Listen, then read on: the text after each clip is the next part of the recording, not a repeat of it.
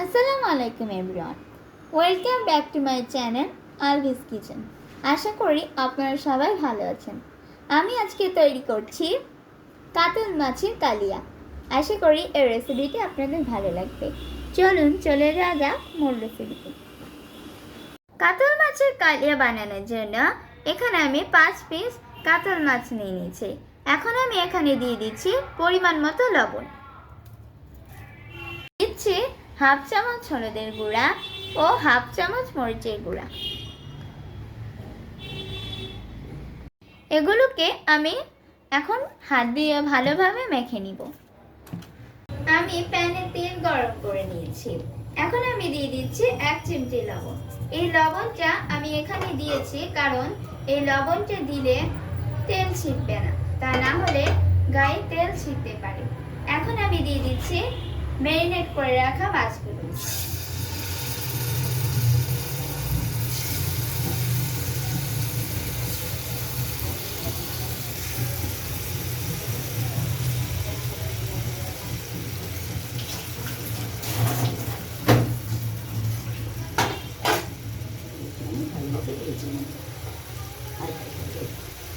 মাছগুলো ভাজা হয়ে গিয়েছে, এগুলোকে তুলে নিচ্ছি।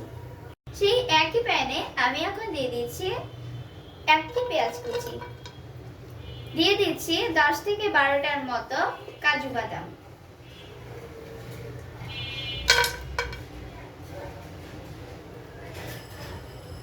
এগুলোকে কিছুক্ষণ ভেজে নিব।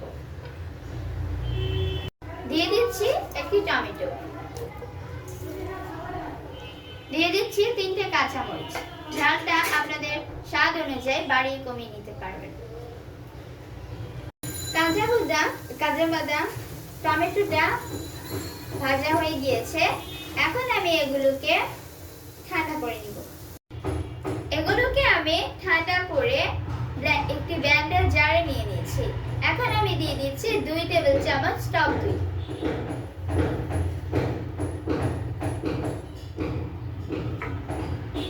এখন আমি ব্লেন্ড করে নিব।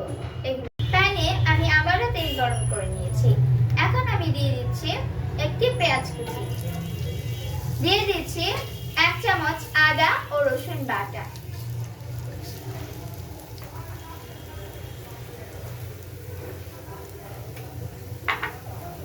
রসুনটাকে আমি কিছুক্ষণ কষিয়ে নিব। দিচ্ছি 1 চামচ মরিচ বাটা, দিচ্ছি হাফ চামচ হলুদের গুঁড়ো, দিয়ে দিচ্ছি হাফ চামচ জিরা ও ধনিয়ার গুঁড়ো,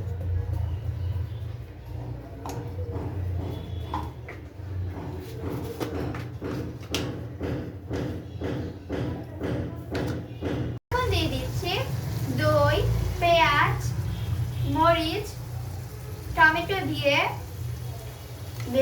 ব্লেন্ড করে রাখা মিশ্রণটা।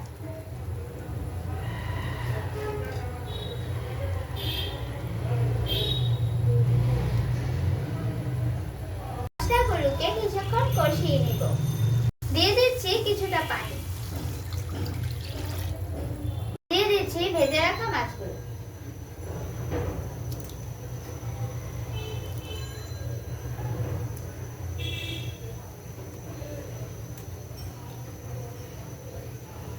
মাছগুলোকে উল্টে দিব।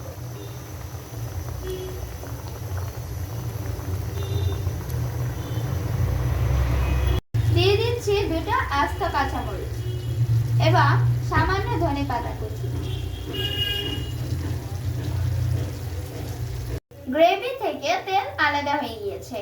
তৈরি হয়ে গেল আজকের কাতল মাছের কালিয়া। আজকের কাতল মাছের কালিয়ার রেসিপিটি যাদের ভালো লেগেছে তারা অবশ্যই লাইক, কমেন্টস ও শেয়ার করতে ভুলবেন না। সেই সাথে আমার চ্যানেলটি সাবস্ক্রাইব করার অনুরোধ রইল। আজকে এই পর্যন্তই। সবাই ভালো থাকবেন। আল্লাহ হাফেজ।